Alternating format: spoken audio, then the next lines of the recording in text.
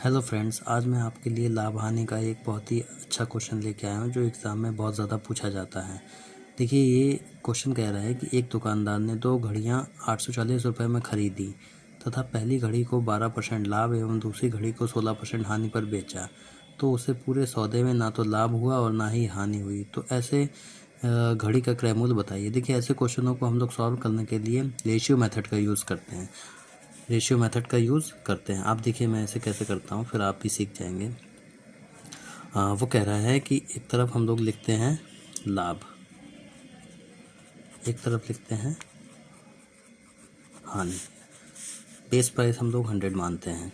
तो वो कह रहा है कि पहली घड़ी को 12% लाभ, 12% लाभ का मतलब हो गया 112 में उसने बेचा, और दूसरी घड़ी में 16% हानि पर बेचा, यानी 84 में बेचा। अब इसको हम लोग रेशियो मेथड से सॉल्व कर लेते हैं। 112 में से 100 गए, 12 आ जाएगा। 84 में से 100 में से 84 गए तो आ जाएगा आपका 16। अब हम लोग इसे 4 से भाग कर लेते हैं, ये रेशियो निकल के आ जाएगा।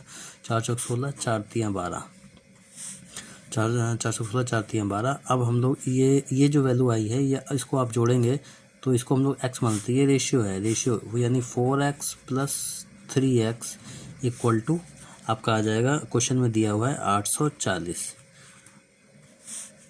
ये हो जाएगा 7x इक्वल टू 840।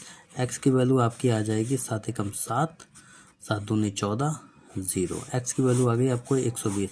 अब हम 120 से इसमें मल्टीप्लाई कर देंगे। 120 इंटू 4 इक्वल टू 12 चौक 48, और 120 इंटू 3 12 तियाँ 36, 12 तियाँ 36। उसने पूछा था कि उसने पूछा था कि घड़ी का दोनों घड़ियों का क्रय मूल्य बताइए। तो देखिए, जो पहली घड़ी जिसमें 112% का लाभ हुआ था, उस घड़ी का क्रय मूल्य 480 रुपये है, और जिस घड़ी में 84% जो हानि पे बेची गई थी जो घड़ी, उस घड़ी का क्रय मूल्य जो है वो 360 है।